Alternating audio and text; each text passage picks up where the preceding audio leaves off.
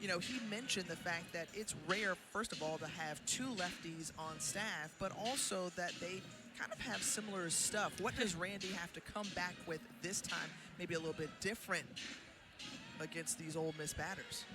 I think she's got to stay in the zone. That was the issue for her in game one. There was 12 walks issued from the Georgia staff in game one, and that, as you and I know, we lived through it, a 3-hour-plus ball game, and it came down to the free passes. Well, Ole Miss leading things off. Taylor Malvin starting it off. She's the table setter, but when you think about Ashton Landell and the job that she's done, she's got 3 home runs in the last 3 games. Can she make it 4? She had a grand slam Thursday, a 3-run shot yesterday. And so Lansdale has done some damage at the plate, but Taylor Malvin, we've seen her throughout this series and all season long really do a nice job of finding ways to get on base. She was limited yesterday. Had a couple of strikeouts, but Malvin is a junior out of Johns Creek, Georgia, so back home here and hitting .500 thus far in these 2 games here in Athens. And starts this game off with a base hit, pulls it to right. So a leadoff base hit for Taylor Malvin. And she's 5 for 9 in the series. So let's check out the scouting report on Randy Rowling. This is a lefty arm that, described by head coach Tony Baldwin, when she's on, she is untouchable. A mid-60 arm transfer from the West Coast. Dance the ball low in the zone. But none of that matters if she can't keep it in the zone. And that was the challenge, as we mentioned, not just for Rowling, but for this entire staff in game one.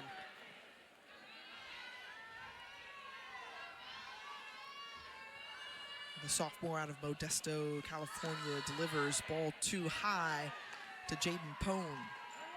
Pone, who entered the series red hot, was excellent in the month of April thus far.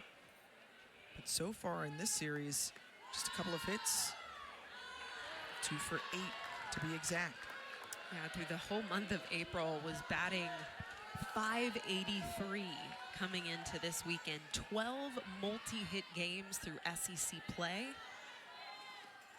When you pair that with the speed she had, again, coming into this weekend, 12 stolen bases, you just don't want to put Pone on a base, let alone a free one. Takes a walk. Already a meeting happening in the circle. You got to imagine they're trying to prevent potentially the wheels falling off early like we saw in game one. It was Rowling who issued 5 walks when she started off that game Thursday. And the first issued here today to Jaden Pone, who's standing at first. So first 2 batters aboard for Ole Miss. And Aaliyah Binford now coming up to the plate. Binford, a new face of the program, leading the team in doubles and RBI. Coming over from Baylor. And now a wonderful opportunity for her and her team to get on the board and strike first.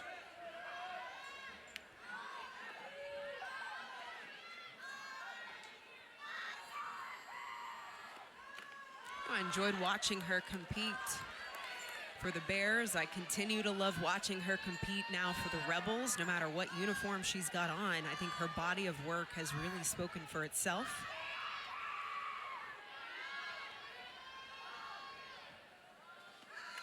Offensively in the circle, just one of the more aggressive athletes I've had the pleasure of just calling play on. A senior that comes into this weekend, 12 doubles, 6 home runs, a .352 average. We saw her throw yesterday in the circle as well. Just a really confident and swaggy young woman. Loves to play this game.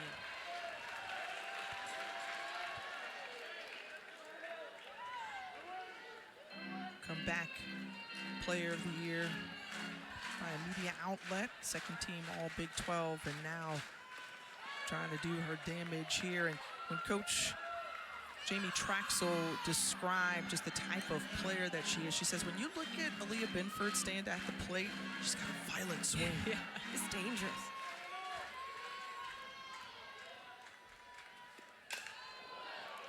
gets underneath that one. Coming in charging in left field is Jaden Goodwin and collects out number 1. It's a big out for Rolling. You give up a leadoff base hit, you give up a free bag. The last person you want to see is Binford at the plate. And the fact that she can disrupt the timing just a bit. Binford out front on that pitch. She gets the fly out. The freshman Percy Yamas, and Yamas, who has made all of her time count thus far in her first season with the program. A freshman out of Eastvale, California. And there, the opposite field base hit, and they're winding around Tyler Malvin, and Malvin comes in to score the first run, an RBI single for Percy Yamas. And that's so much of what Jamie Traxel has seen out of her freshman this season producing. So much confidence. And Malvin never putting on the brakes. Why would you? With 9 stolen bases on the year, you know you've got the speed. Aaron Earlywine standing in that third base coaching box, winding up that arm, sending her home. Speaking of Aaron Earlywine in that third base box, a brand new coaching staff this season for Ole Miss. A lot of newness for this program, and Jamie Traxel at the helm.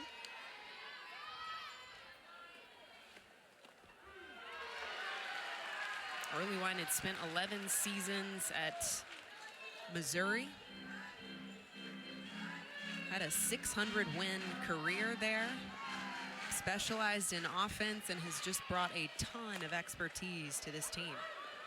And the slow roller over to short, and Lexi Brady is not able to beat it out, and good charge there by Emily Digby to get her out at first.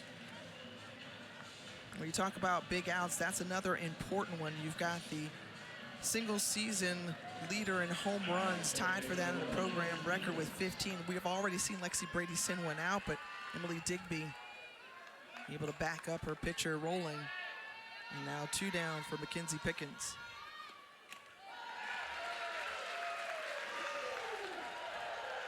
Pickens, another one of those freshman bats that's been a massive impact player for this team.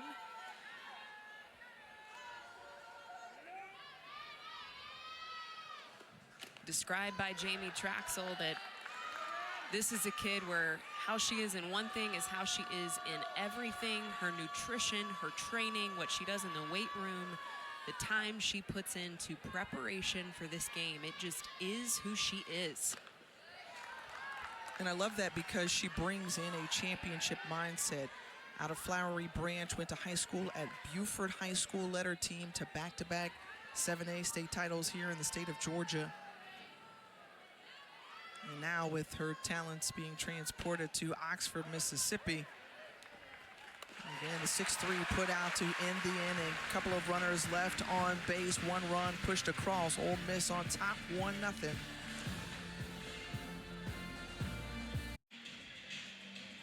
The senior Brie Lopez getting the start here tonight, or this afternoon rather, for Ole Miss. We've seen this arm a couple of times this weekend. And the 7th game started this season for Lopez. How does she try to tame those Georgia bats when you look at that scouting report? Well, what we saw from her in game 1 was the off speed. I think you and I talked extensively about that game plan that she came in showing Georgia, which is that they were going to see an off speed pitch at minimum once in those first 2 pitches, and Georgia did not have an answer for it. So will they have an answer here in game 3? Second baseman Tyler Ellison takes strike 1 from Lopez. What do you know? It's an off-speed pitch. It's an off-speed pitch, just as you just talked about. When you look at this Georgia lineup, I mean, top to bottom, a lot of dangerous parts. Sarah Gordon, who has had herself a really nice series. 4 for 8 at a double and a home run, knocked in at 3 in the process. And Ellison had that 2-run home run shot already this weekend. And sends it right out to first, one away. Lopez, who had both of her games this series come in relief. She got the win in game 1.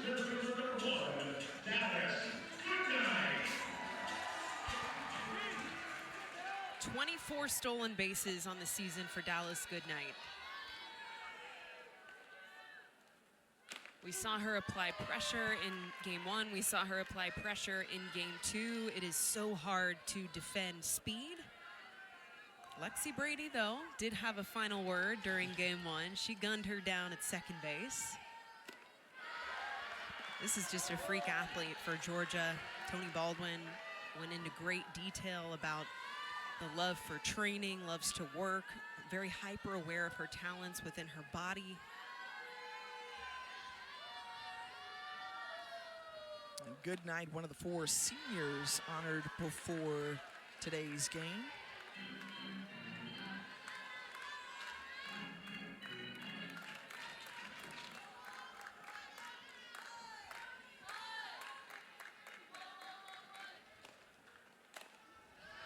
It's a piece of that one, fouls it off, still 1-2. This is a set of legs that weekly works on her speed. When she entered the program here at Georgia, topped out at 18 miles an hour. And just last week hit 21 miles an hour. What? Serious wheels. Scooting. But it's Lopez who gets the best of Goodnight as she goes down swinging. Starting to see a little bit different of a game plan, different pitch sequencing from Brianna Lopez in the circle. Still seeing the off speed early, but now going up in the zone for that chase pitch. Another lefty in Lindy Ray Davis, and another senior as well.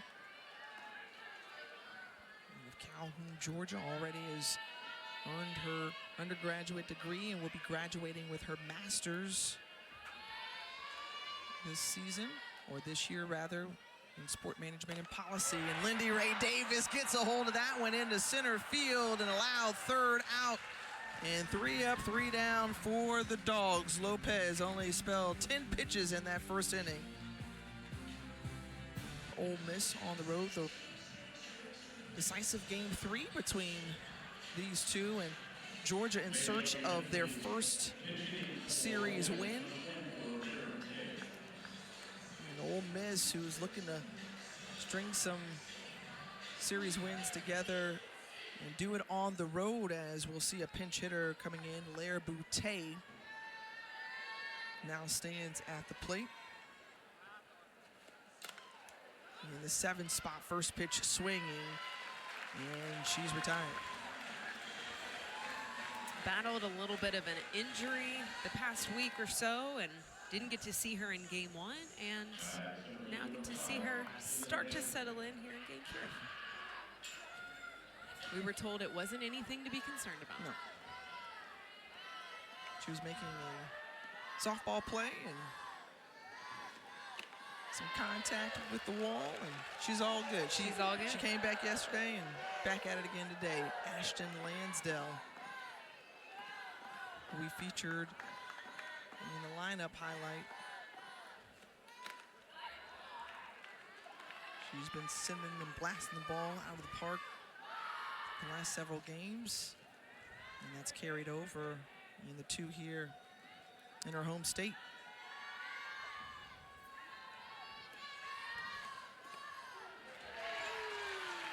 We didn't see a lot of that pitch in game 1 from Rolling. When she did throw it, it was not through the zone, wasn't able to spot that pitch very well, but spots it there for strike 2 against Lansdale. And Lansdale tags this one once again, and out of the park over the left field fence. Ashton Lansdale with her 4th home run in 4 games. The last Ole Miss player to do that was Ansley Furbush last season.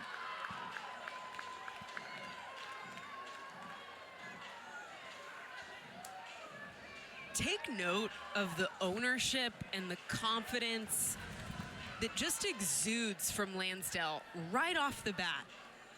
drops the bat, you get this flex of the arms. Like, she is completely locked in.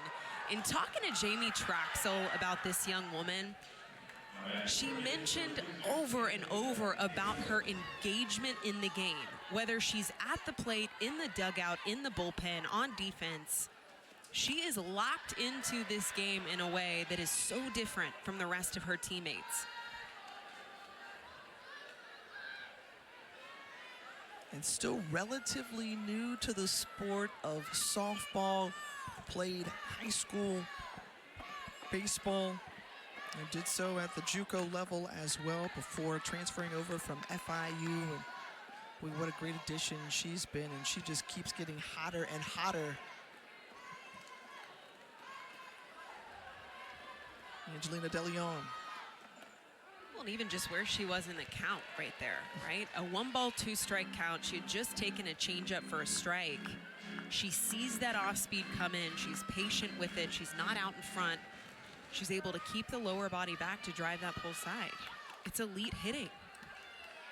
It must look like a beach ball to her at home plate right now. And I know that feeling. It's a great feeling when you're just seeing it. It's just right there.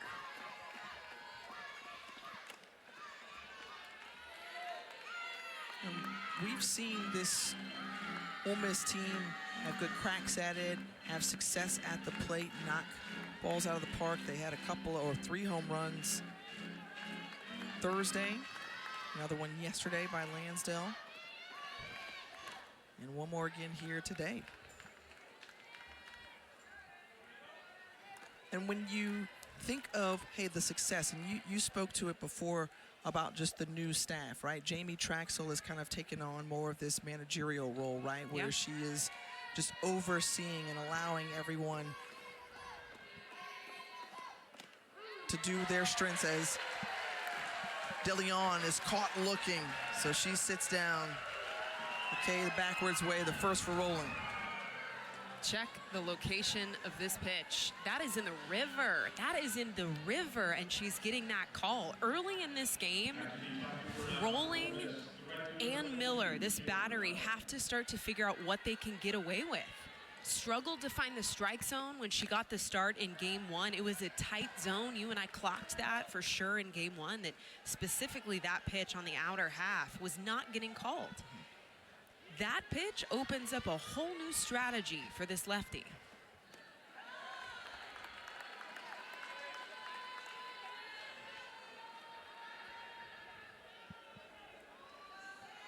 Well, for Malvin, who led off the game with a base hit, came around to score on that RBI single from Percy Yamas.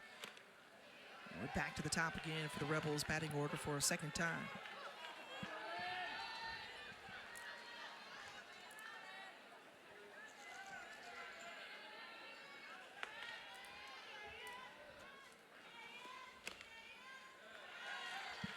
And the walk to Malvin to extend the inning. Well, Jamie Traxel in her 5th season at Ole Miss, looking to continue to build upon and try to march her way back towards Oklahoma City, where she did with one of her previous programs. And this is a group that she feels like is obviously hitting the ball exceptionally well. And going back to that point of that new coaching staff, you mentioned Aaron Earlywine, but also Bobby Buchanan helping to make those bats really come alive. She's all about defense, right? Defense is her jam. Defense and pitching. She says it all the time. Pitching is life, and defense will win you championships. And that really gives way to both Aaron Earlywine and Bobby Buchanan to do their thing and own that offensive category for this team. She also brings on Nancy Evans, assistant coach, pitching coach, won 3 national titles at the University of Arizona in the mid-90s. I mean, she really has surrounded herself with some of the best talent in the coaching pool, and has a history of newness within her career. Has been to 4 different universities in 6 years. I mean, she talked extensively about what it's like to juggle that newness. She said, I've done it before and I'll continue to do it in my pursuit of greatness. It's part of the job. And it's Malvin who takes off, and Miller gets her. Thrown out at second base, and credit Marissa Miller for throwing her out. Good cannon behind the plate. Cages, turf and field, the lounge, the locker room, the weight room, all of the things. And 38+ million spent on providing new digs and an upgrade around here. Is not only are they getting in preparation for the SEC tournament coming up in a few weeks, but also just solidifying their commitment to softball here. I would probably not even go home. Like, I would just find a soft place to land at the end of the day. The snacks are here. The amenities are great. Vanity room, showers. Like, why go home? Sean Stevenson, the SID here, was kind enough to point out one of the visions that Tony Baldwin had. And he said, in there, we need mirrors. We need mirrors. We need somewhere where these young women could sit down and get ready. And he is so right. He said it literally was a middle of the night realization. He popped up in bed and thought, oh my gosh, we need lighting and we need mirrors. The bathroom can be chaos. We need to make a plan, and it is beautiful. It was mint. I mean, that was a wonderful idea. And we walked in and said, oh, I wish we had that. Yeah. As Jaden Goodwin goes down swinging, Lopez records the strikeout, her second. I mean, this is just a different look from Lopez than we saw in game one. Completely in control. I am still tracking it. She's faced 4 batters, and every single Georgia Bulldog has seen a changeup, if not in the first pitch, in the second at minimum. Another swing and a miss. Already we've seen 5 from these Georgia batters. Sarah Gordon, who's had a hot series.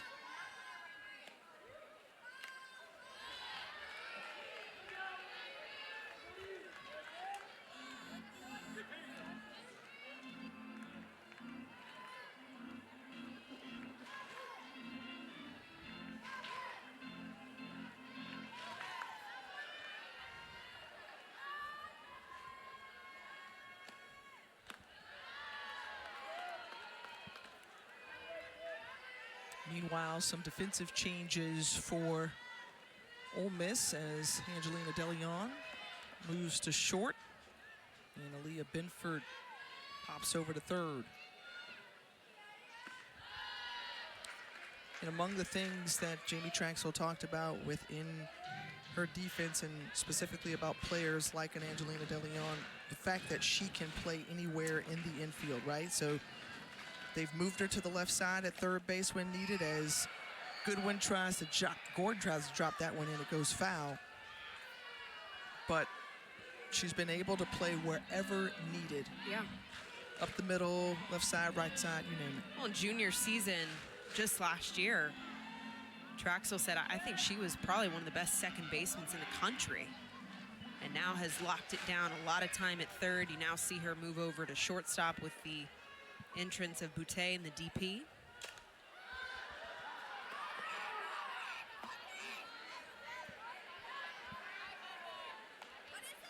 Little battle at the plate for Sarah Gordon. A junior, an 8 home run season so far. Just one of the spark plugs for this offense for Georgia.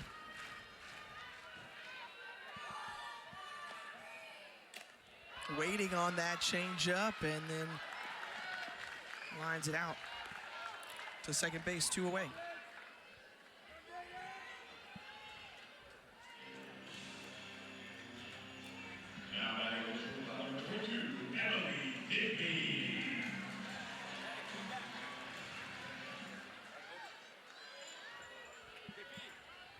Emily Digby now stands in, the shortstop for the Bulldogs, their sophomore season.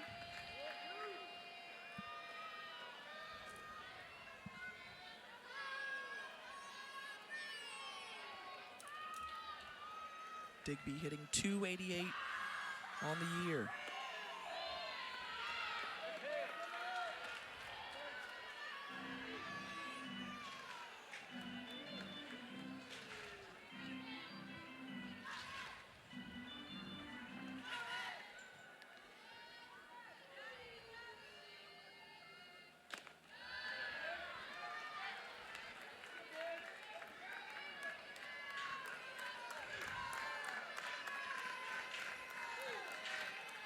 After the break, we'll get an opportunity to catch up with Jamie Traxel, the Ole Miss head coach.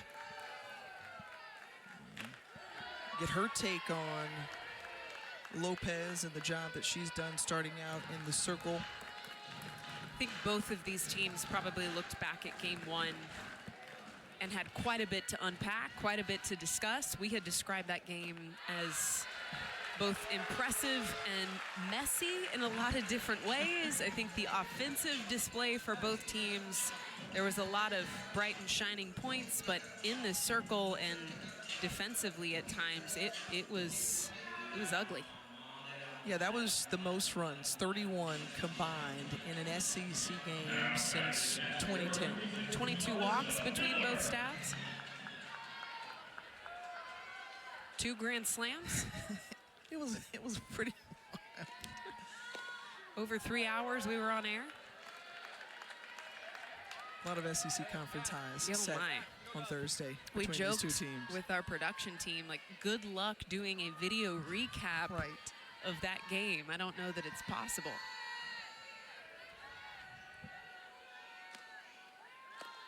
Well, Digby thought about going on the overthrow, but stays put where she is, even though that throw from Brady went into the outfield.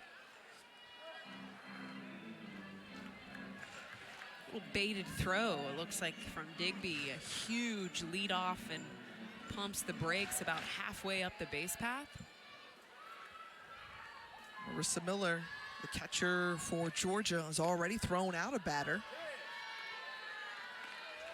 to end the top half of this inning, and now she stands at the plate.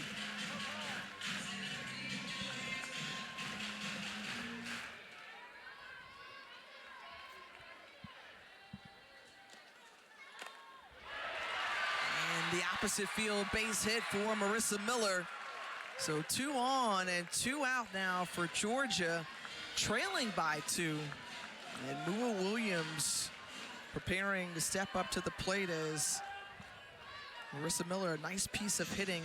And when you think about the Georgia Bulldogs, you normally see them drive the ball the opposite way, typically kind of lower in the zone. And in the back half of the season, Tony Baldwin's crew is kind of gotten back to that formula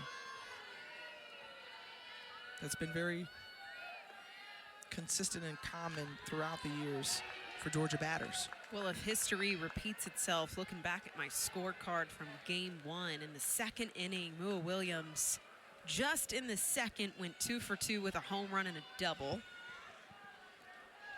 So you're suggesting that they batted around. It was an extended inning. It was a long inning. It was one of those innings that was riddled with free bases, a lot of walks, a lot of runs scored, 5 runs in that inning. Excuse me, 7 runs in that inning with 5 hits. So the battery for Ole Miss having a quick conversation with Brady and Brianna Lopez. And Lopez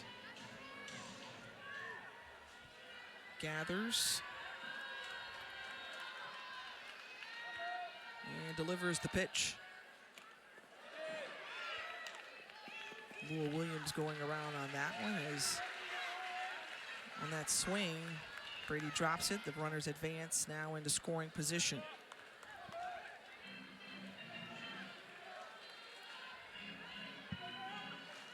So you see Miller there at second, Digby now at third. The 1-1. Mua Williams pokes out to get that one and flies out to right. So 2 runners left aboard, nothing pushed across for the Bulldogs. Ole Miss still on top. They were wanting to keep on doing the hop and right step, left foot, cha-cha now, y'all. That was one of the teams that got to walk the field prior to the game. It's one of my favorite parts about pregame. And Jaden Pone flies out in foul territory. Sarah Gordon was right there. That was what was so cool, and we both talked about it, how, you know, everyone came onto the field. They had the elementary school or middle school chorus to sing the national anthem, and it was Daddy-Daughter Day. It was all the youth leagues all on the field. Just good time. Seeing a lot of daddy-daughter duos in the stands today. So if my dad is listening, sending you some love. Huge part of my story in playing the sport of softball. I think that's the case for a lot of young women. Even in the video tributes during senior day, Dallas Goodnight started to choke up when she thought about, you know, like the journey that her dad has been on with her to get her to this point. I think too, a lot, at least it was true for my case, you've got a dad that coaches, and that journey is sometimes can be tough. It can be frustrating, right? Just you're spending so much time with your dad on and off of this softball field, but then you get a chance to just reflect on the impact. Now, as a grown woman, me on the other side of the game, but a lot of these young women still competing in a uniform, your dad plays a big part of that, plays a big role. By the way, Pops has gotten like a couple of shout-outs. So we had the 8 Mile reference getting some back in love. the day, you know, a couple of days ago, and now he has been. My dad has been getting a lot of love on air so far through Athens. Shout out to the dads. Shout out to the dads. You got a good one too. Yes, my boy Dale.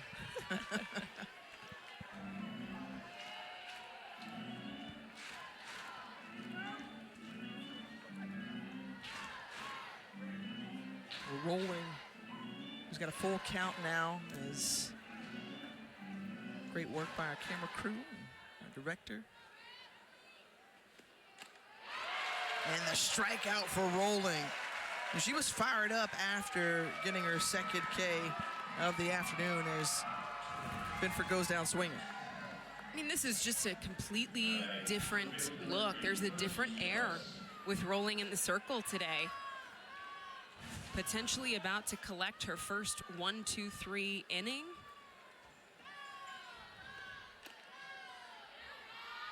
I think done a really good job, at least through 2 2/3, at limiting the damage so far. These have been high-scoring games for both of these two teams.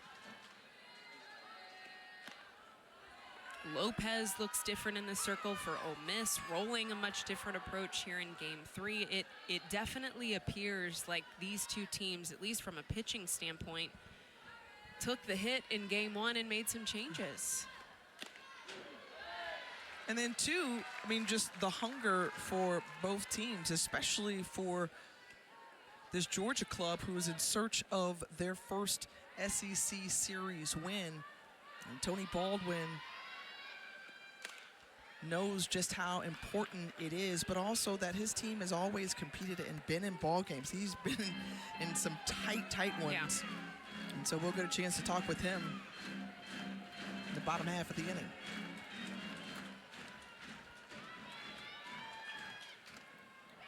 That is the case for both of these squads where we are in season. I cannot believe we're already into the middle of April. This is just wild to think how fast this season is moving, and I think the reality of it is both of these teams have got to turn some things around. Approaching the end of conference play, Georgia searching for their first series win. Ole Miss has let a couple of series just slip through the fingers, winning 2 of 5, and Jamie Traxel mentioning they have struggled on the road.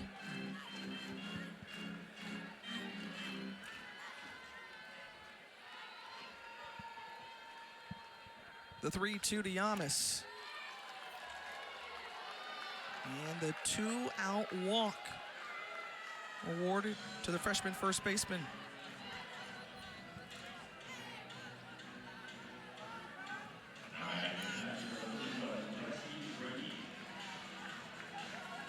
So Yamas at first, Lexi Brady stands in.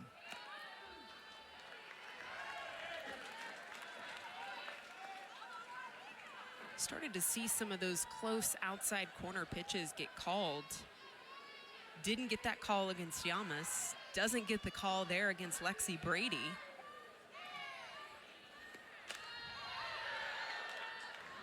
And that was a call she was getting through the first 2 innings. Can be a little bit of a roller coaster there for the game plan, for the mental of rolling. Trying to go back to locations that she was getting early in this ball game, and then all of a sudden, coin flipped.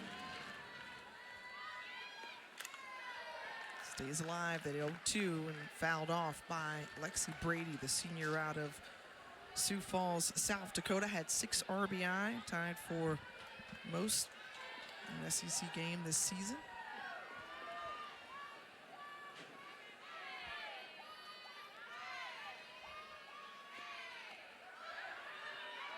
Good job by Miller.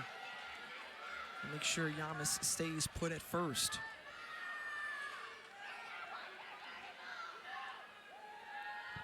So now 1 ball and 2 strikes to Lexi Brady.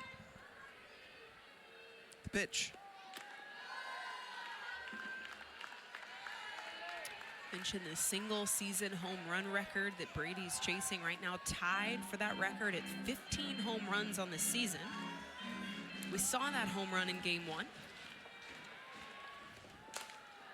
And lined out to Williams at third. That ends the inning. We'll get an opportunity to talk with Georgia head coach Tony Baldwin when we come back.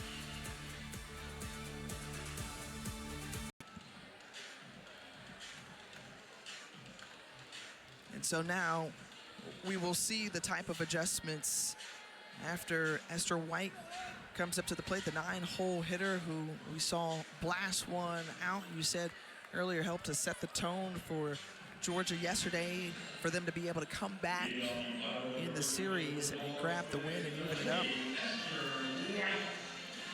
This is only a 190 hitter, and I don't think that those numbers really tell the story for this freshman. It takes a lot to have struggled earlier in your career and still get that opportunity. It says a lot about the confidence that Tony Baldwin has in this young bat.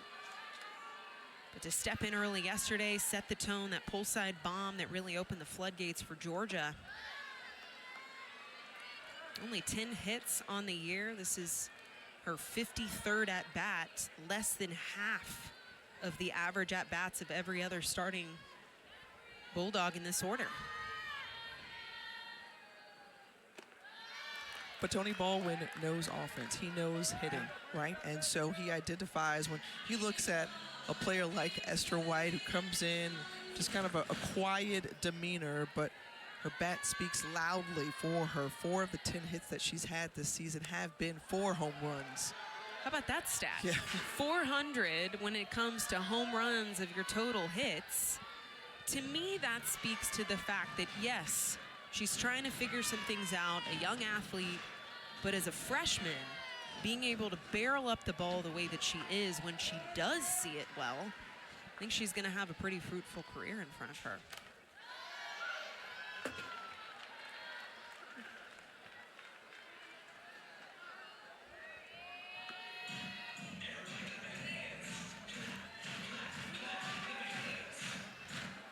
So Lopez steps back in, 2-2 count to Esther White.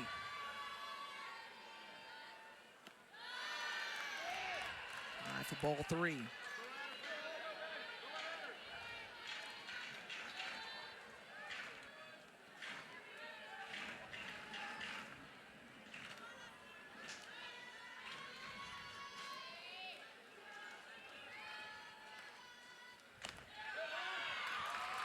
the walk to White. Well, here's this weekend's featured baseball game. Number 15, Alabama, and number 9, LSU finish up their 3-game series tonight at the Box in Baton Rouge.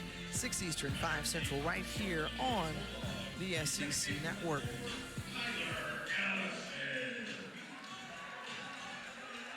So the leadoff walk to White, back to the top of the order with Tyler Ellison, who lined out to first base. Her last time up, or first time up. Have you been clocking the walk-up songs?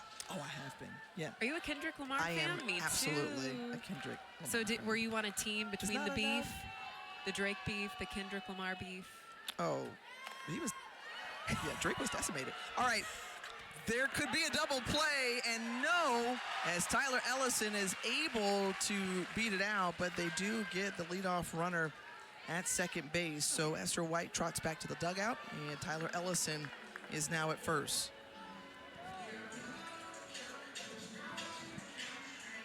I would agree with you. It wasn't as close as that play right play there. right, I yeah. would agree with you. Kendrick Lamar has put out some bangers lately. And I believe that was Tyler Ellison's walk-up song. It was. I like that you're keeping pace with this. I mean, we I'm are trying. the musical We are. crew. There's a lot of dancing that you guys are not seeing when you're hearing us on air. There's a lot of movement in the booth. But we are only feeding off of the energy. You saw the cha-cha slide and the movement in the dugout Well, for and the if players. you're so we not gotta have hearing that. it at home, this is also a stadium that has invested in some pretty substantial new speakers. So this stadium is rocking and rolling. A lot of good music pumping through the ether. Well, Dallas Goodnight knows how special it's been to play here at Jack Turner Stadium since coming over to Athens, and she had been on the road and visiting with an opposing team in conference before, but she calls this home now, and it's one of the few times remaining that she'll get an opportunity to play in the Jack. Among the softball fields and parks, you know, how does this rate, especially with the new addition of the facility? Well, I have always loved Jack Turner Stadium because it sits up so high. I love our point of view. We've got a classic bird's eye view right on top of home plate. Lopez sitting down Dallas Goodnight, now an 0 for 2 evening or afternoon for Goodnight. But yeah, this is a facility that I think only continues to get better. You can see on the upper left side of your screen that $38.5 million facility. The new locker room, the new indoor, the new weightlifting center. I mean, they've got it all. New coaches' offices, team room, locker room, it's all of it. Had a chance to call Love Stadium's first game, University of Oklahoma. We've mentioned Ole Miss getting some new digs, a $33 million facility. I mean, there's a lot of resources and a lot of acknowledgement, a lot of love going softball's way. I love to see it. The wild pitch allows Ellison to advance now into scoring position.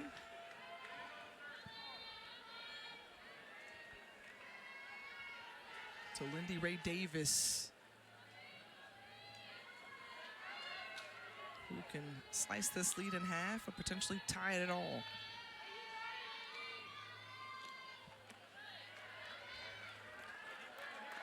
Well outside for ball 3. 3-0 the count. SEC Championship tournament will be played right here in Athens. May 6th to the 10th.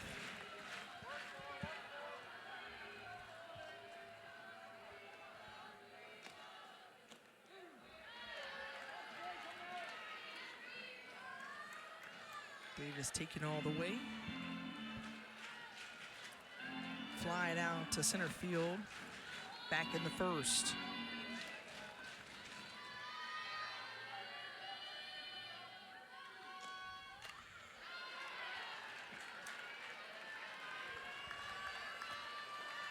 And you and I talked about just Lindsay Ray Davis on Thursday and how cool it is for her to be donning a Georgia uniform and her successful career that she's had, and just sticking with it, sticking with this program and seeing it through, and to be living out the dream of suiting up for the Dogs. I mean, she was part of that recruiting class just before the NCAA rulings changed.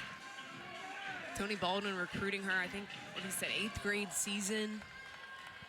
She has been a Dog from the start. And Lopez Gets back-to-back strikeouts, 2 in the inning. A runner left on base, but still goose eggs on the board for the Bulldogs. Is in her senior season. Talking to head coach Jamie Traxel, she talked less about the physical talent and more about who she was and is as a teammate. Just extremely engaged in this game. You see her talking to new hitting coach Bobby Buchanan there at the mouth of the dugout. She's a gamer. She's in the hole here. We'll see her in the top of the 4th as Mackenzie Pickens at the plate. But I mean, 3 home runs, including a grand slam, 4 for 7. I mean, wow. Have yourself a, they always say have yourself a day. Have yourself a weekend, baby. A weekend, baby.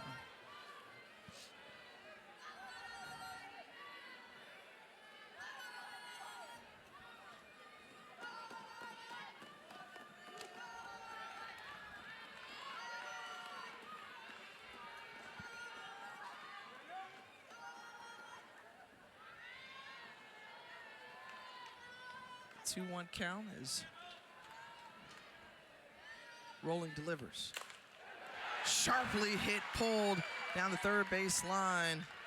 And Mackenzie Pickens is aboard safely with the leadoff single here in the top 4.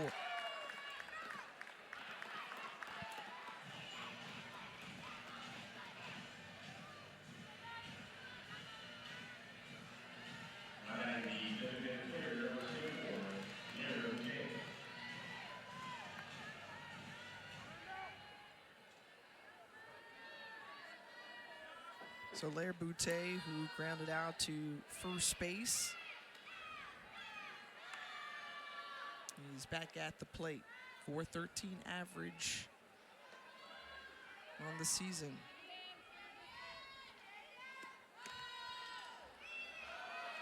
Leads the team in both batting average and on-base percentage. And you're talking about a player who is just both confident, brings a positive energy. And Boutte flares that one out to left, 1 down.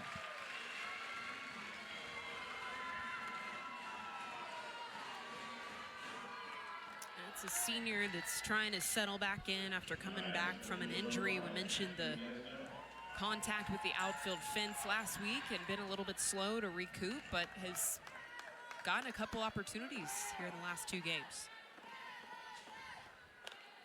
And Lansdale, first pitch swinging and rolling, tried to scoop it up with the glove. Wouldn't stay in, and Lansdale legs it out. I'll say this, I was gonna ask about just what this battle was gonna be like between Rolling and Lansdale. Yeah, it looks like Rolling goes with an off-speed pitch. Gets that spinner, a little bit of English on it, off the end of the bat from Lansdale. It's tough as a lefty because she would have had to have transferred that ball from her glove across the body for a throw. That's the safe approach, but again, it requires her to completely 180 her body for a toss to first. So you saw the attempt of her trying just to shovel it with the glove, and because of the spin on that ball, unsuccessful. It's a tough play for Rolling.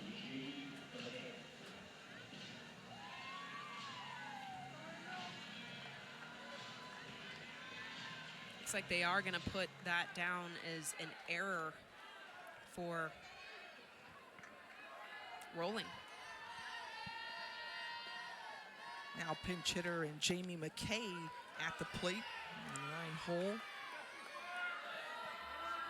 McKay, who has been a utility player throughout. She can receive it behind the dish. She's also spent some time in right field as well. And we're talking with Jamie Traxel, a player who has just come into the season with a different type of approach, putting in the extra time and effort needed and necessary to be her best self.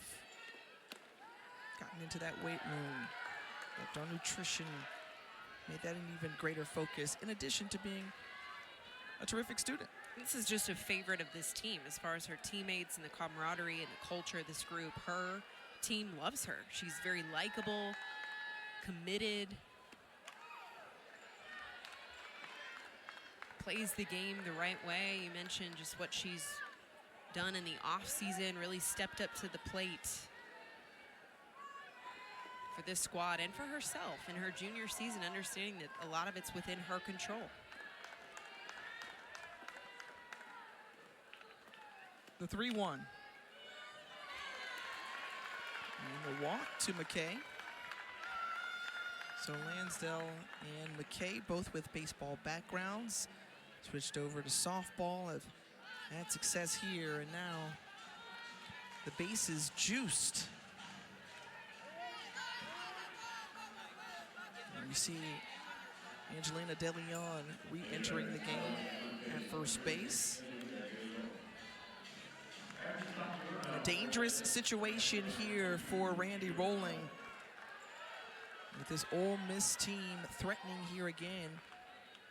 Bases jacked, one out. Taylor Malvin tries to drop it in instead.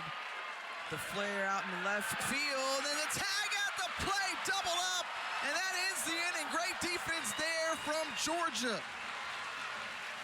Jaden Goodwin with the throw in to gun down the runner at home. You live for these plays as an outfielder. The perfect catch, the perfect throw, and the perfect tag to end this inning on a double play.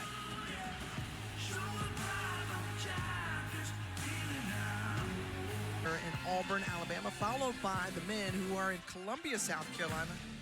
Conference champs will be crowned. First pitch swinging, and Goodwin, who made that outstanding play in left field to double up the Rebels, leads it off with a double here in the bottom of the fourth. Her 9th two-bagger of the season. Nickname Shorty.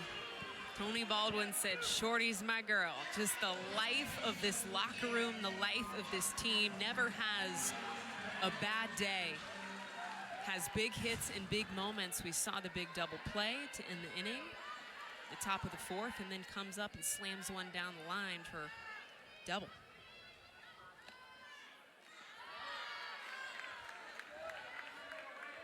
And Sarah Gordon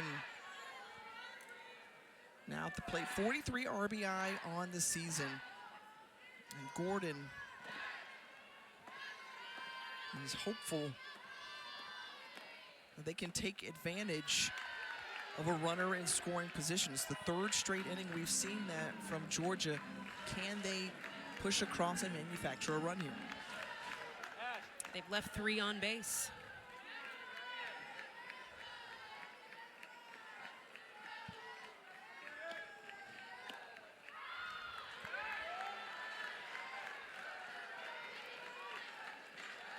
And we've been in all of it. Tony Baldwin was as well, and certainly to the delight of the coaching staff when you see the jump that Sarah Gordon has made, not only in average, but her RBI production as well.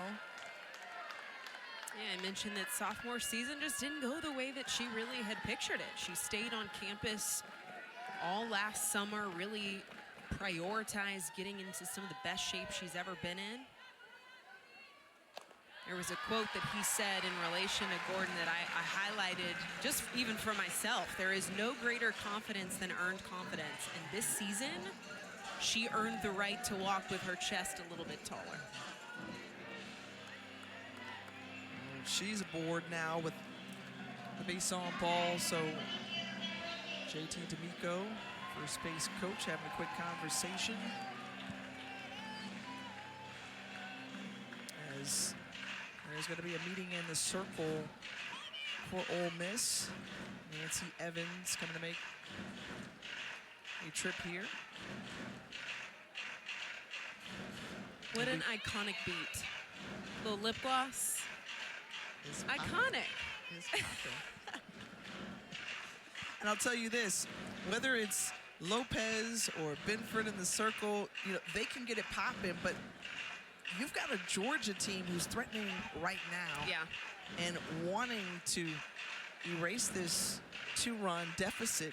So for Nancy Evans, you know, what's she imparting or making sure that she reminds be Lopez about? I think Lopez has to know that she has to really be sharp around the strike zone. Digby was walked back in the second. Had a little bit of noise that she made back in game one, is able to punch gap to gap. And so there's a threat right now at the plate for Ole Miss. This game could change in one swing. There's no outs on the board. Defense has to play sharp. But for Lopez, it's, again, mixing and spotting that off speed. You asked the question to Jamie Traxel, what is Lopez going to continue to have to do to be successful in the circle? And it's be aggressive and attack the strike zone. And she does. I try sometimes. I like it. I like it. It was the lip gloss song that got me locked in for that answer. Your answer was popping. And Digby pops it up on the sacrifice bunt attempt, so everybody stays put and one away. Oh, the cardinal sin of our game is popping up that sack bunt. I mean, that is an opportunity. That is an execution play that you work on over and over and over again in practice. You're down 2 runs. If you're asked to lay down a bunt to move your runners, find a way.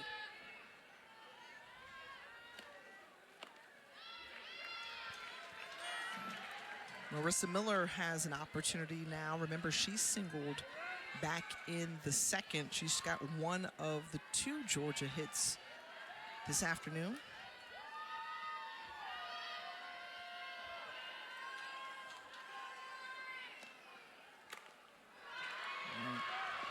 Tied her up on the inside. A nice play made by DeLeon to get the sure out at first base as the runners advance now to second and third.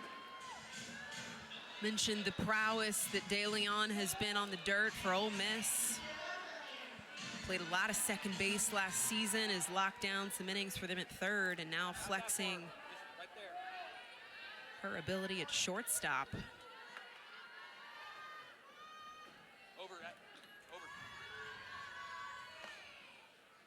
A little bit of a defensive shift against Mua Williams. See Pickens on the other side of second base. This is without a doubt a shift, playing into the power, the scouting report of Mua Williams.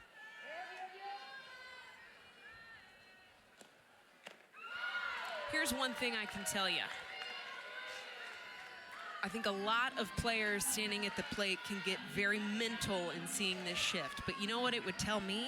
I know exactly where I'm going to be thrown. They are not going to give me anything on the outside part of the plate. Why would they? I mean, you can see it. She's getting hammered under the hands. Everything has been curveball inside. If you know that, if they're setting up the defense for you to play into that, it's like basically giving you a tip of the pitch. Open up that front side, turn and burn, baby. Turn and burn.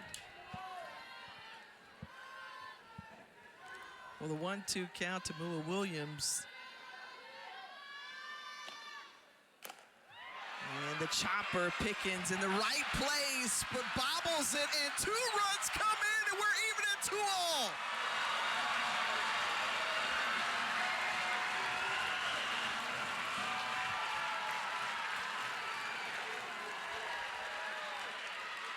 Oh, just in the perfect position, literally defensively. This is an off-speed pitch, Tiffany. I mean, Lopez doing a beautiful job at pitching to her defense. Pickens is standing right where she needs to be and doesn't make the play. This one popped up, and Brady can't make a play. You know, looking back at my notes, I had a chance to call some Ole Miss softball late February, and the answer that I got from Jamie Traxel at that moment of area of weakness was defense. At that moment in the season, they had 29 errors in early February, or early March, excuse me, and this was one of the things that they had hammered in practice, is for plays like that. I mean, that just changed the game. You're absolutely right. And in talking with Coach Traxel, she just underscored, hey, it's tough to outscore walks and errors. And there was a wonderful opportunity for you to get out of the inning if able to execute. Instead, the inning extends and continues as the base hit there from Esther White.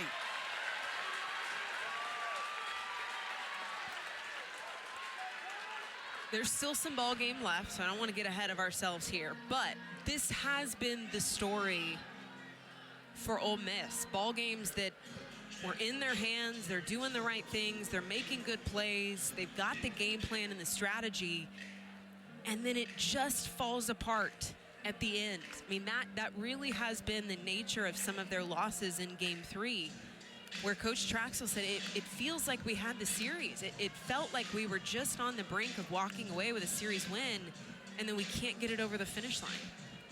Well, you go back to a couple of series ago against South Carolina. Game 1, bases loaded, and they give South Carolina a 1-0 win in extras. Ole Miss out-hit South Carolina in that one. Okay, the Rebels decide they come back, a 1-run game as well, and then in Game 3, they couldn't overcome a big deficit from the Gamecocks. You shift to that Gator series last weekend, a wild one in Game 1 like we saw here.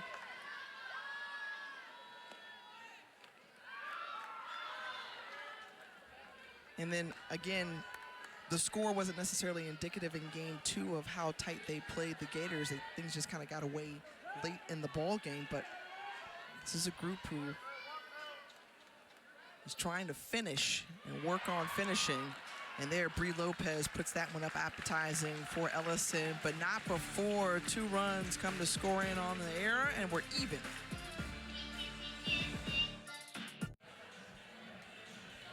Well, the difference between Thursday and today here for Randy Rolling, the sophomore in the circle for Georgia. She got banged up a little bit or knocked around. 6 earned runs given up, but she has since then cooled off completely. You see there, 4 hits, only 2 earned runs, a couple of Ks. And you've got to be pleased if you're this Georgia coaching staff with the way that she's responded here in Game 3. Yeah, both Backus yesterday throwing a complete 7, and then today Rolling. Taking care of business now, entering the 5th. There's still been some walks on the board, but defense has stepped up behind her. She's made competitive pitches through the zone. Overall, I just think she's managed her innings a lot better today in Game 3.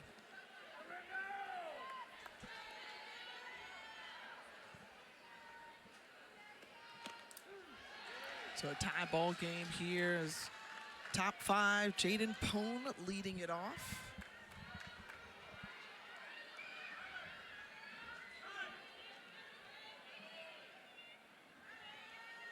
Pone in her 2nd year with the program, was the Big South Player of the Year and Freshman of the Year during her time at Longwood before coming over.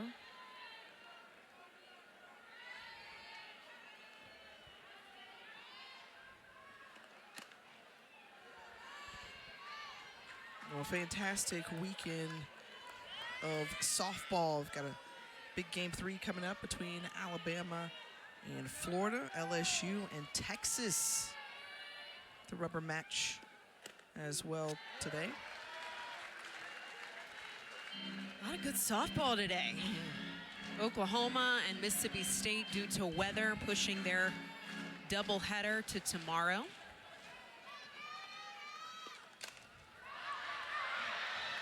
This one right behind home plate. Nobody makes a play for it, and Pone remains alive. And you and I were having a conversation before today's game just about how this season, it feels wide open. I mean, you've got 15 teams in the SEC and arguably the toughest conference, right, in softball. Anybody can come out of here. Multiple teams can come out of here and make it to the Champ Series. But just around the league, I mean, there are a number of teams, or rather around Division I softball, they're going to vie for those 8 spots at Oklahoma City, just over the head of the pitcher rolling. Jaden Poon is aboard safely. Yeah, just looking at the scores here across the nation, LSU and Texas are in a rubber matchup. They're tied up at 1 apiece in the top of the 6th inning. Boston College is up 4-2 against 15 Clemson. Ooh. We are, of course, are tied up here in the top of 5th. There's a lot going on.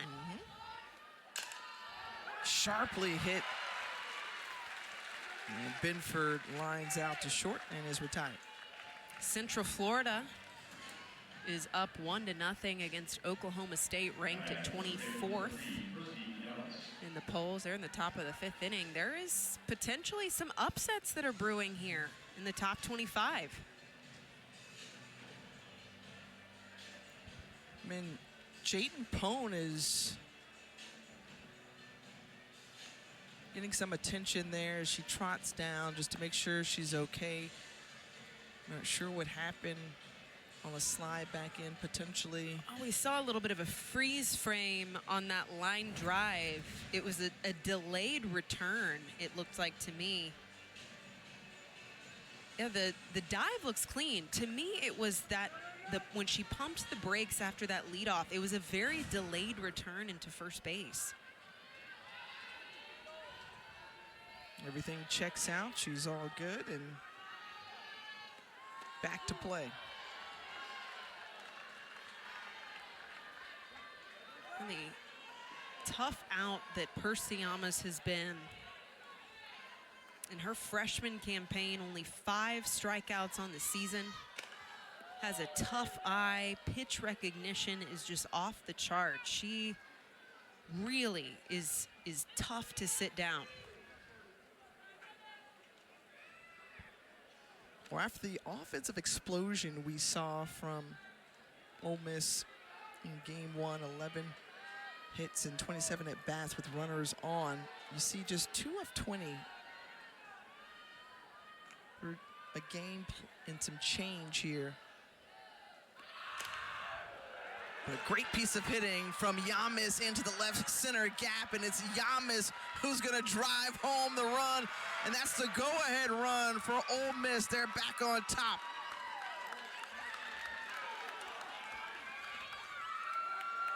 Percy Yamas continues to impress. 43 RBI on the season off of this gap double. I'm going to get picky for a second here. Goodwin has to take a better angle to this ball. There is no reason why this ball should hit the wall. If she takes a deeper angle, a bigger drop step off the bat, reading that ball, the angle that it's taking, if she can keep it off of that back wall, I think you potentially keep a run off the board there. The go-ahead at that. And we saw her make an outstanding play in the outfield earlier in this game. So Star Ferguson is the pinch runner for Percy Yamas at second with Lexi Brady back up. You know, I say that's being picky, and maybe it is to some, but you're the last line of defense. The game's tied, right? Where we are right now in this series, let alone the conference at large, those types of details. Seriously, I mean, that I just cannot stress that enough. That level of detail in playing your position, keeping a ball off the wall as the last line of defense is crucial. Crucial. Well, Aaron, having experience Yeah. as an outfielder and winning a couple of national championships, it looked like it could have been more of a charge, but it's hard for me to say from up here. She took a little bit of a straight across approach instead of opening that body, backstepping, meeting the ball where it's headed instead of where it is the best way I can kind of describe it. But as an outfielder, I mean, that is your specialty, is reading. It's like math, right? It's geometry. You're trying to read the path of that ball, how I can meet that ball to keep it off of the outfield fence. And in that particular situation, I believe that could have kept the run off the board.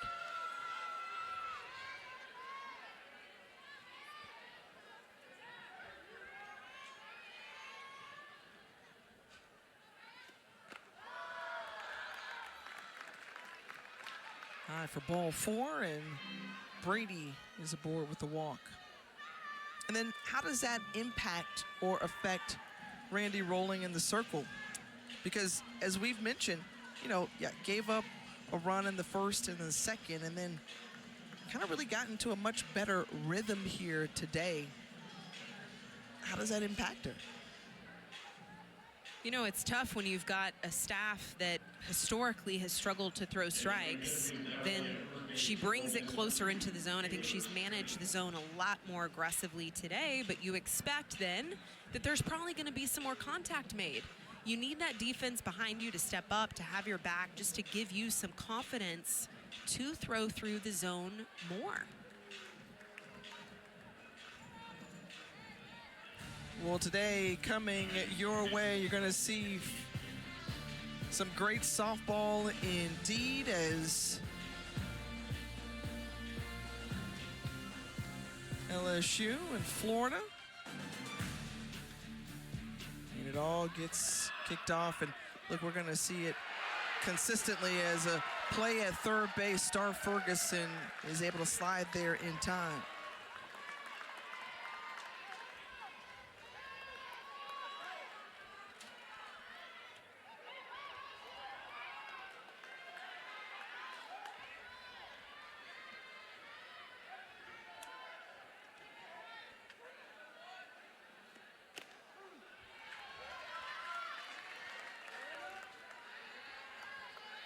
Ole Miss just putting the foot on the gas. Catching Georgia defense a bit on their heels here. Star applying some pressure on the base paths. The double steal in this one. Got the knob of the bat for Pickens.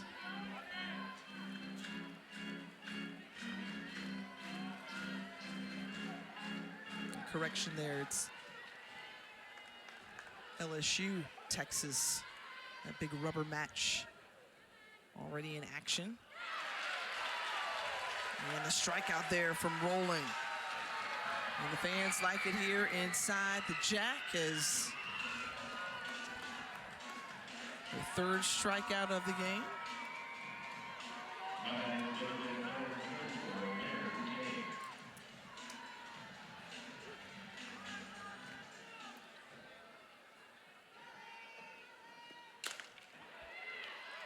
Sharply hit, bouncing off of Tyler Ellison. And that double steal coming in handy right there, is tacking on some more insurance for Ole Miss. It's now 5-2. You're exactly right, Tiffany. It's the double steal that gives way for this. This is a routine, should be. It was hard hit, but a play that needs to be made from Ellison at second base. And because of that extra 60 feet that Ole Miss pushed for, it allows for 2 runs to come across. They are going to give that as a fielding error at Ellison at second base.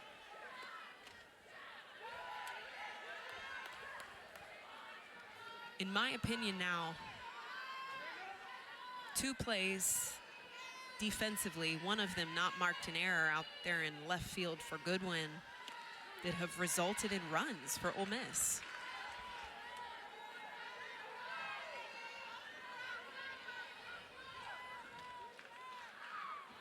Some of these miscues,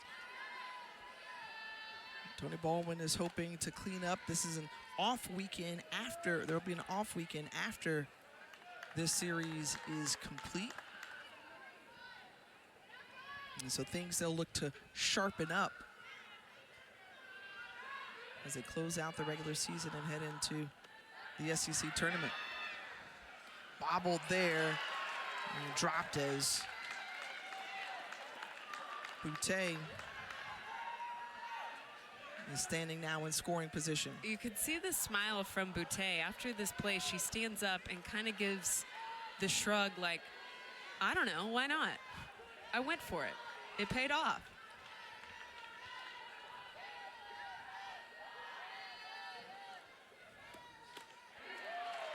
Lansdale at the green light. That was a big swing. A swing of someone that's hit 4 bombs in the last 4 games.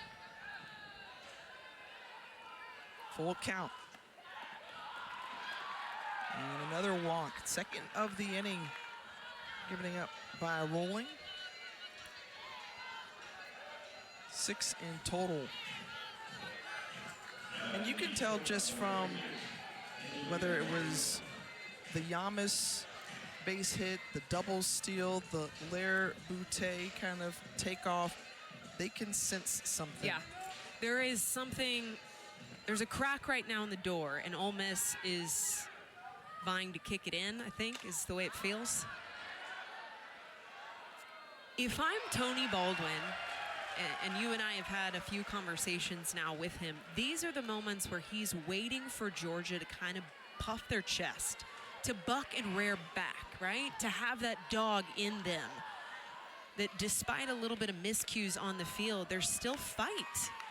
There's still a little bit of pride and some ownership. I mean, there is a series on the line here.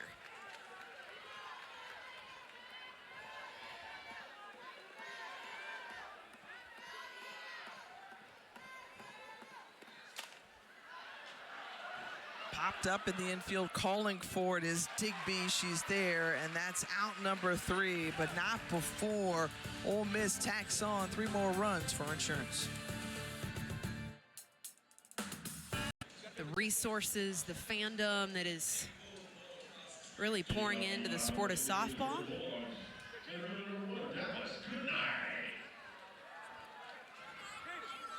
Well, 2, 3, 4 due up here for the Bulldogs. And right now, I'm going to kind of lean on some of the seniors that we saw in Dallas Goodnight and Lindy Ray Davis, who's on deck to try to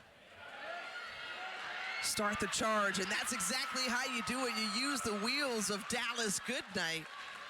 And she beats out the hit on the infield and the single to lead it off. On game 1, I talked about the triple G's. Dallas Goodnight, Jaden Goodwin, and Sarah Gordon, who it now with Goodnight working her way on, those 3 will come up to hit this inning. This team kind of goes as those 3 go. Per Tony Baldwin, all 3 of those young women really supply a lot of force offensively for this squad. A lot of leadership.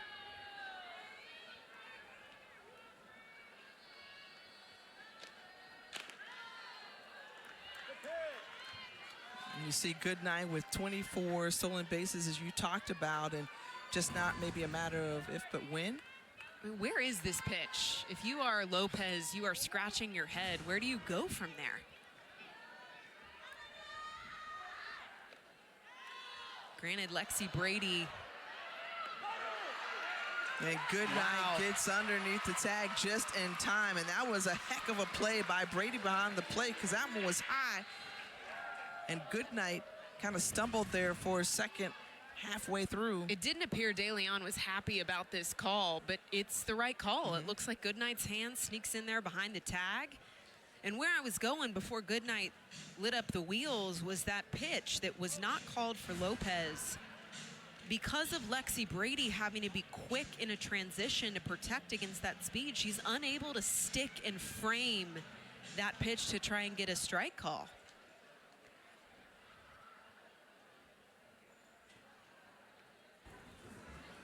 Ruling on the field is that the runner is safe at second base. Ole Miss is challenging that the runner was out at second base. They're using their first review on this play. Play's under further review. Well, that's Matt Dial, crew chief, and so they will review this one. And again, from the first angle, it looked like Goodnight got in there with safely. The hand, yeah. But I think this is a really good example back to that ball call, the strike call. The pressure that Goodnight's speed applies to teams, and from that angle, it appears, in my opinion, that this call will be upheld. The fact that her speed, Tiffany, is affecting balls and strikes. It's affecting the catcher's ability to really stick a frame. After further review, the ruling on the field is being upheld. The runner is safe.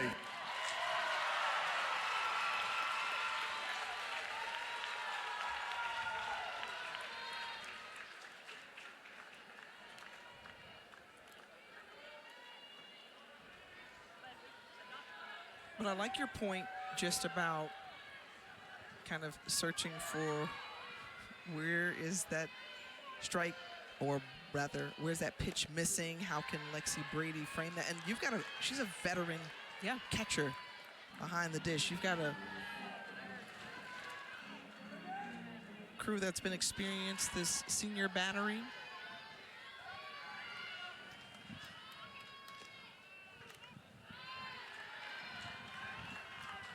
But all those little nuances in the game that I love that you are able to point out and see, Aaron, because it also brings to view for the viewer at home to kind of appreciate, to see, okay, what happens from that moment on.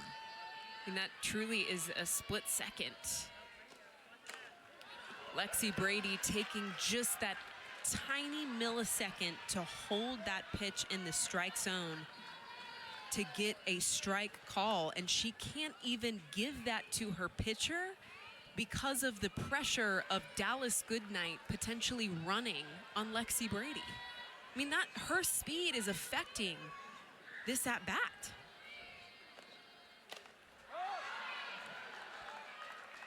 And slices that one, and Lindy Ray Davis is retired. One thing that if Georgia is going to come back in this game, they've got to be able to capitalize with runners in scoring position. So far, 0 for 7 today, and over the last 4 innings now, they've had opportunities. Can Jaden Goodwin help him capitalize? She had a double to lead off last inning.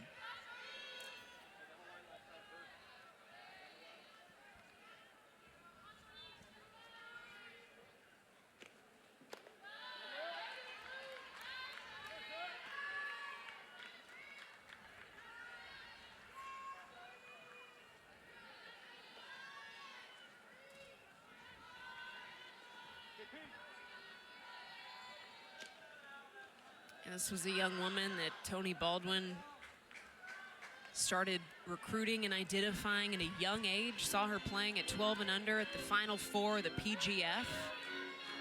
Facing some other prominent names in our sport. Facing S.J. Guerin, Rothrock from Florida. And this name was playing with some of the best.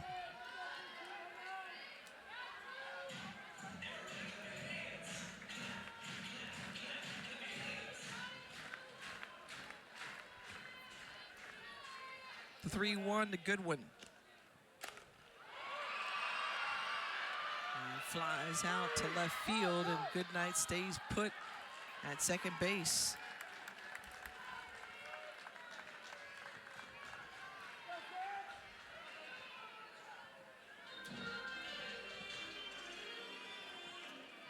Well, Goodnight, who led off the inning with a single, stole second base. And let's see if Sarah Gordon can keep it moving, as that one a wild pitch. So Goodnight, 60 feet from home. Now and all it takes is a base hit. Limited opportunities left for Georgia right now. They're just going to have to take advantage of any opportunity in front of them. And right now, 1 run would help cut that deficit back.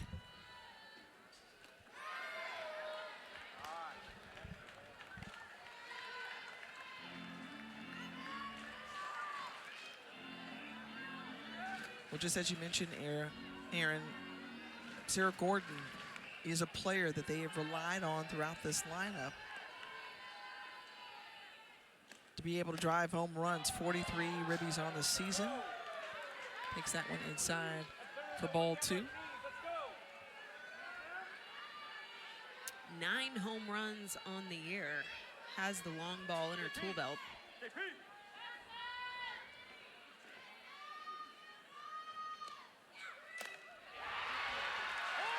The hot shot to second base, the stretch out, not in time. They're going to say off the bag.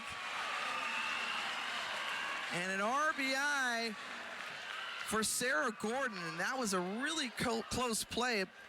be curious to see if Jamie Traxel maybe looks to review that one. And we may have 2 reviews in the same inning. We saw the review at second base with Dallas Goodnight. Looks like she's asking for a conference here between Blues. I will tell you, from what we just saw, the naked eye watching this play develop at first, looked like a heck of a stretch from Percy Yamas at first base. I didn't see the foot leave the bag, but potentially something beyond our point of view.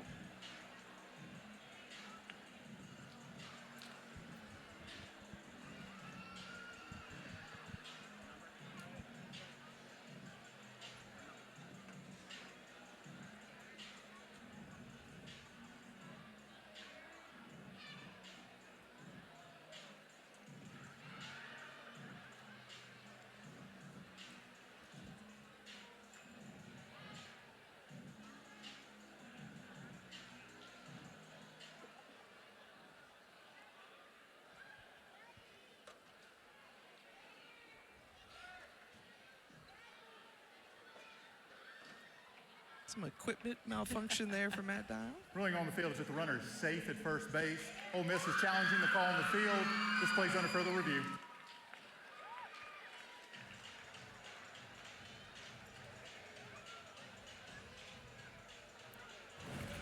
Okay, another look here. The Hawkeye angle that we've got right here, and it looks like it's just slightly off.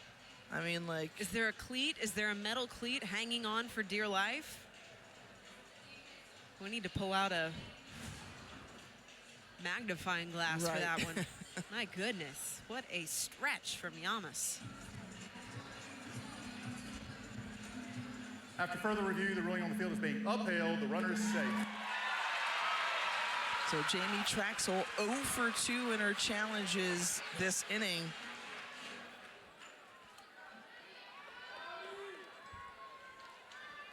And credit Georgia for cracking away at this lead now 5-3, finally able to score a run with a runner in scoring position, and it was Sarah Gordon. Especially with 2 outs on the board.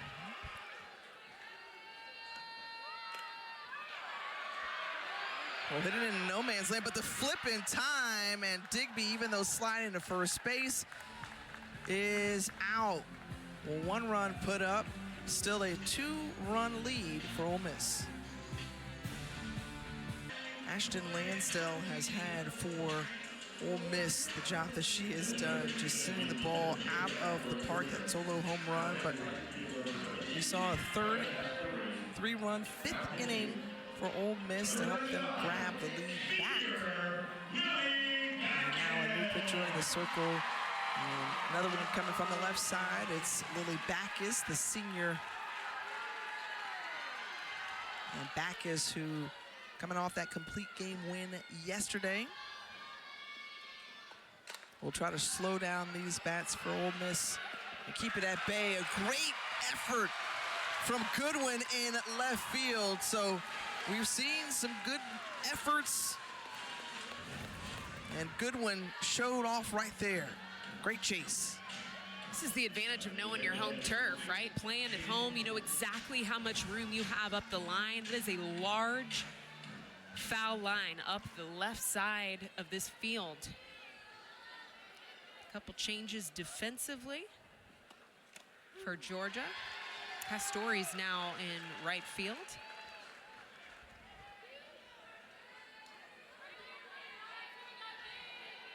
Emma Castori, the sophomore out of Buford, Georgia.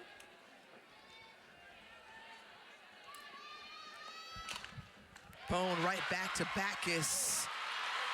And quickly 2 down. Quick work for Lily Backus, a lefty, mid-60s.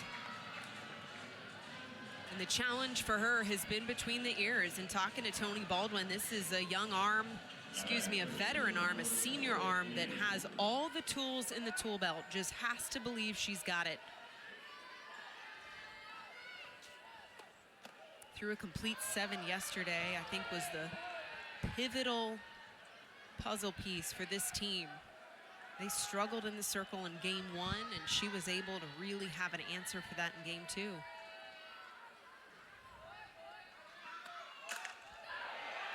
Binford lines right out to Dallas Goodnight. So 3 up, 3 down with a new pitcher in the circle. And Georgia, we'll see what their bats can do on the bottom half.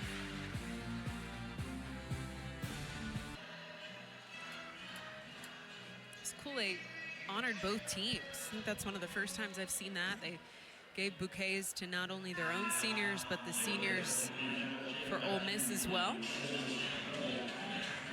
Ole Miss with 11 seniors.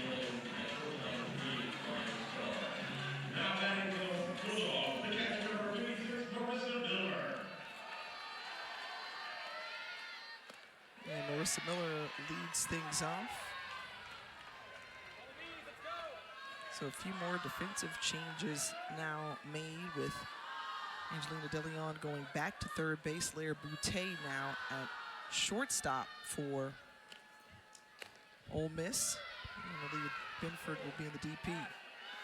Potentially, that tells me that Binford warming up or preparing herself to potentially come in the circle at some point.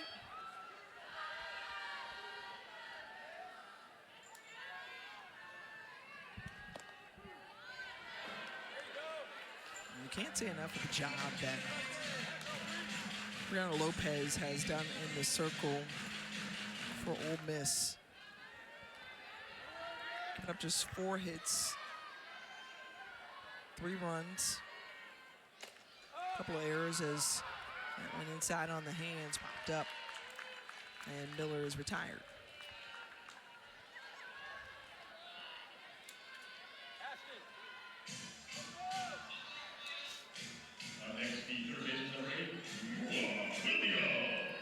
Lopez has really been doing a nice job of hitting spots, mixing speeds, and disrupting that timing with that off speed.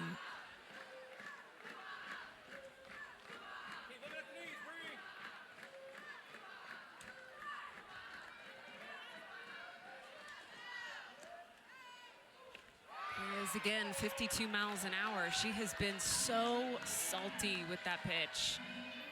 Georgia has not had an answer. They just have not had an answer for that pitch location or speed.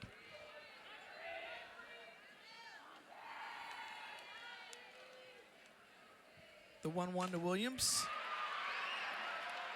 And a wonderful diving effort from Jaden Pone. Jaden Pone with the web gem in left field.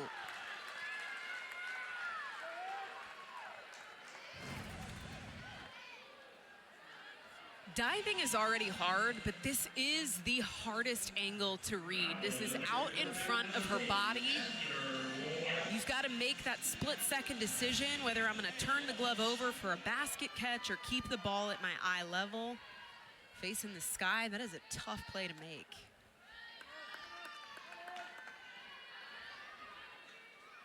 Well, Pone, who is really come into her own this season in all phases of the game for Jamie Traxel. It's just very complimentary of the way that, you know, she's just been able to assert herself as Esther White now with a 2-0 count. Singled back in the 4th. Maybe another 2-out rally for Georgia like we saw last inning where they were able to put a run up.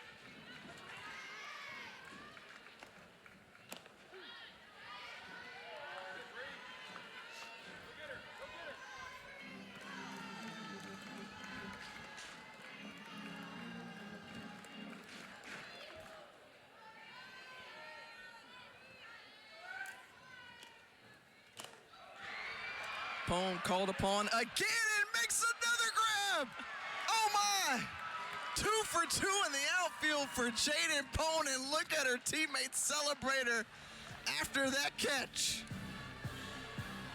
Give it up for Jaden Pone, ladies and gentlemen.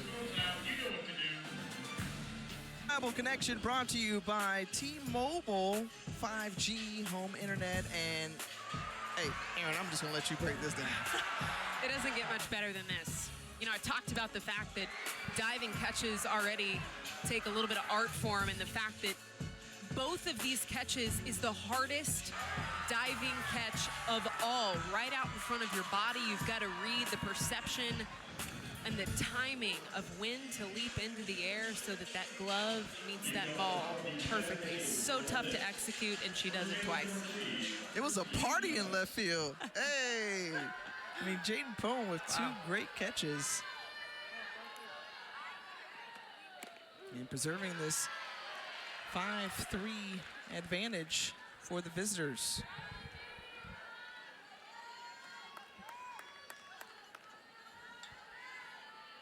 Mid the order here for 5-6 with Yamis, Brady, who've gotten a couple of walks here as Yamis with that double scored 2 runs back in the 5th. Also Pickens in the hole.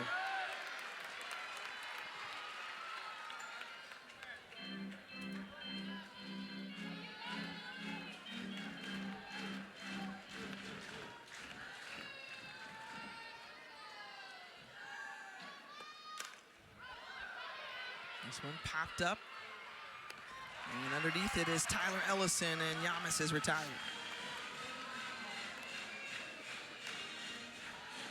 Four straight retired for Backus.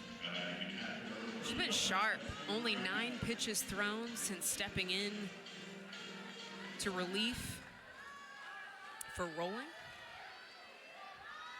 One of the challenges of those two arms is how similar they can be in the circle, at least in talking to Tony Baldwin. He said they both got great stuff. The problem is that it's just lefty in the mid-60s, and we've got to have a little bit more contrast, a little bit more differential between those two arms.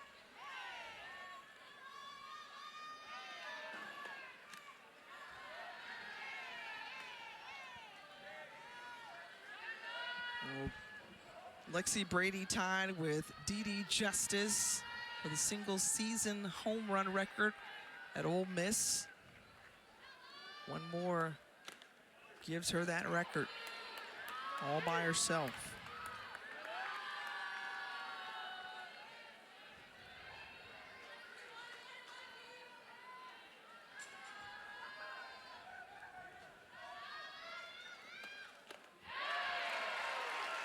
Big cut there and swing.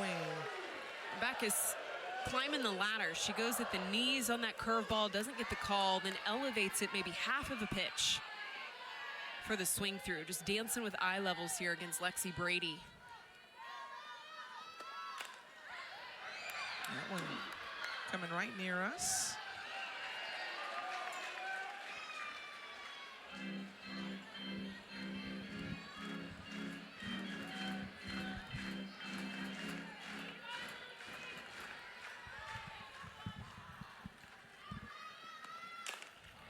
That one's tagged into left field as Lexi Brady pulls it for a single.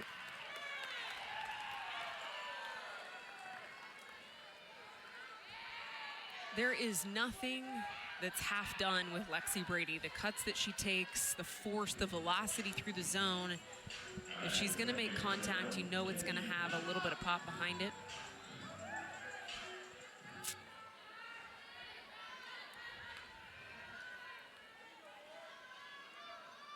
Pickens, who's 1 for 3 today, and that one into shallow right, and Castori collects out number 2.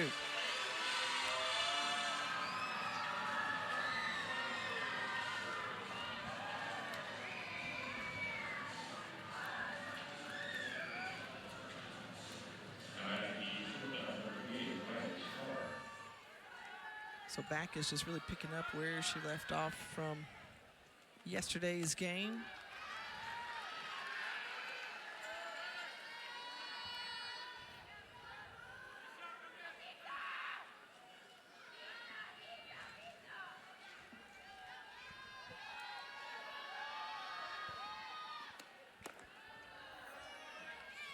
And Ryan Starr who's at the plate. He was flexed out earlier. Claire Brute. Star getting her first swings of the day.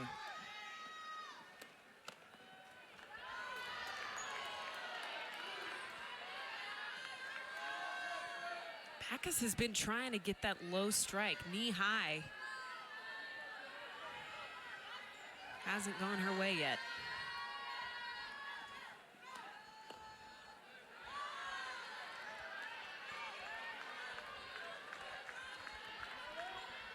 Now it's 3 balls and a strike to Ryan Starr as Backus works quickly.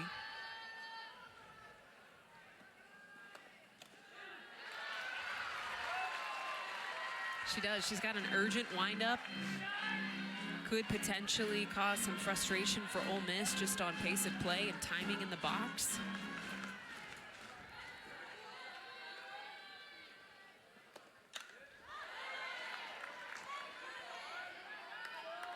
And credit the Ole Miss batters today in pushing a number of 3-ball counts and just waiting on their pitcher to find the one that's right for them. And that one is low, and the walk to Starr. Credit Matt Dial behind the plate. He has been consistent with the zone. That ball at the knees has not been called all day, and Backus trying to establish that kneecap strike. It's just not there.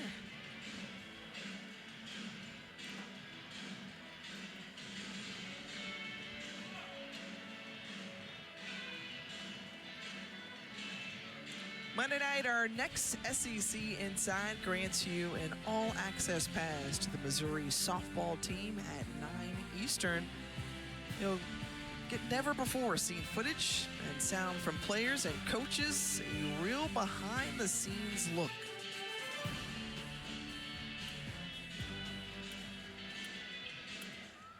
And so the meeting in the circle is done. Chelsea Wilkinson walking back to the dugout, and Lily Backus and company ready to go here. 2 on, 2 out, top 7. And Ashton Lansdale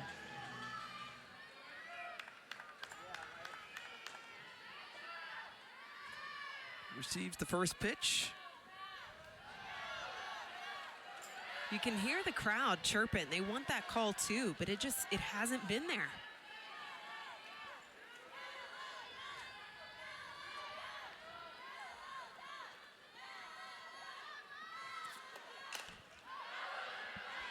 This one popped up and out of play into the stands.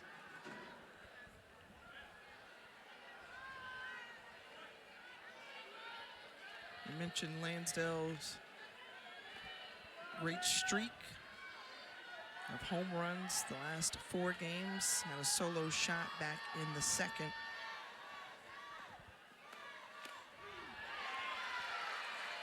That one's in there for a strike from Backus.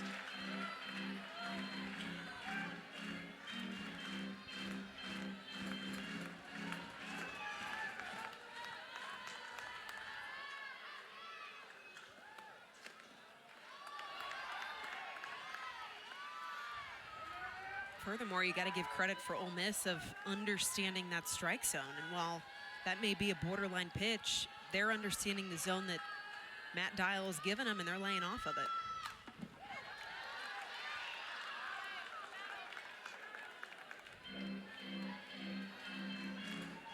You mentioned the deep at-bats. That has been absolutely the case for the Rebels. Patient at the plate. They have not chased a lot out of the zone, only 3 Ks now through almost 7 full innings.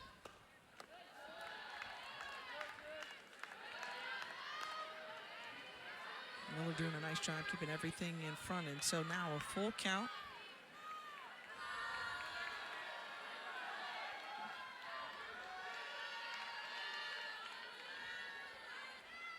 The payoff. And this one is for out number 3. It's Backus wins that, but now Georgia's got to do work. Only 3 outs remaining. Here with you, Jack Turner Stadium has been a great host to us on this Easter weekend. And if you're a Georgia fan, you're pleased to see that you've got the top of the order to lead it off here in the 7th. Tyler Ellison, Dallas Goodnight, and Lindy Ray Davis due up. Yeah, without a doubt, the part of the order you'd want to send to the plate right now with the game on the line.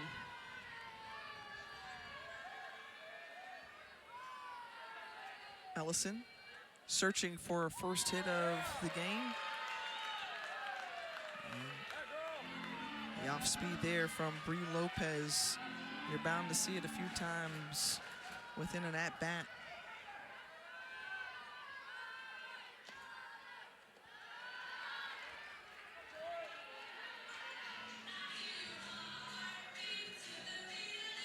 This Georgia team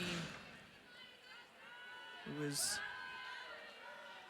battled throughout the Southeastern Conference season has seen some close ones slip away. And Tony Baldwin knows that they're still writing their story. And if they could get a comeback win here today, it would be huge for them. It starts with Tyler Ellison. And that one very close, called for ball 3. See the reaction from Lexi Brady. She even comes out of the frame quickly because she thinks she's gonna get this call, no problem, and doesn't get it.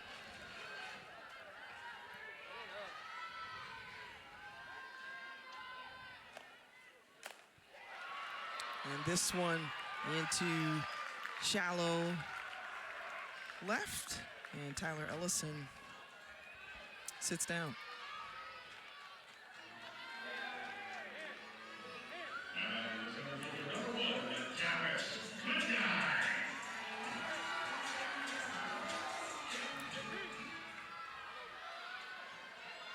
Dallas Goodnight now stands in. Puts it on the ground, puts the pressure on the defense, and Mackenzie Pickens can't get to it. It's a 1-out single.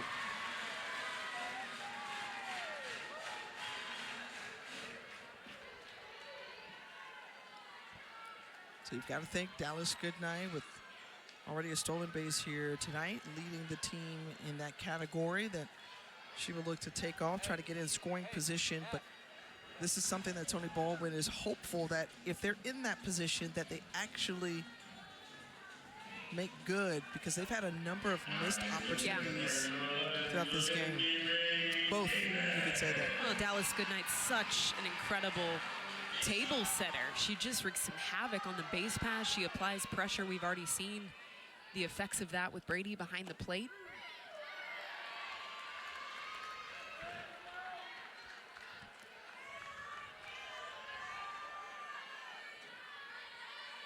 Lindy Ray Davis flied out to left, popped out her last time up. Also a strikeout on the board. And Lopez, who is in search of her 3rd complete game of the season.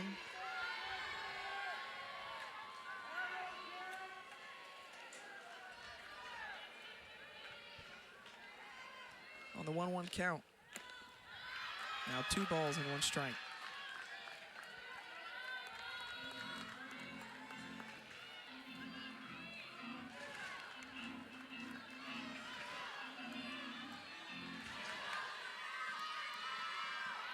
The lefty v lefty matchup with Lopez Davis, and that one clips in for a strike.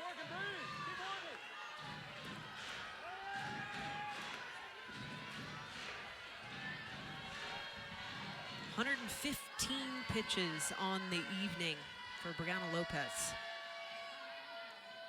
It's been a lot of work for her, trying to go the distance here.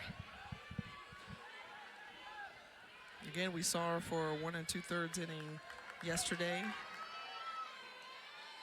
And then 3+ innings in game 1 and gets the strikeout of Lindy Ray Davis. 5th K of the game for Lopez. On none other than a changeup. This pitch has been money. It has stumped the Georgia Bulldogs now 3 days in a row. They have not had an answer to that pitch. So it comes down to Jaden Goodwin. Goodwin, who's gotten one of the 5 base hits off of Lopez today. Doubled back in the 4th. And just trying to keep this thing alive. Georgia in search of their first series win. Ole Miss in search for their 3rd, this being their 6th series in conference play.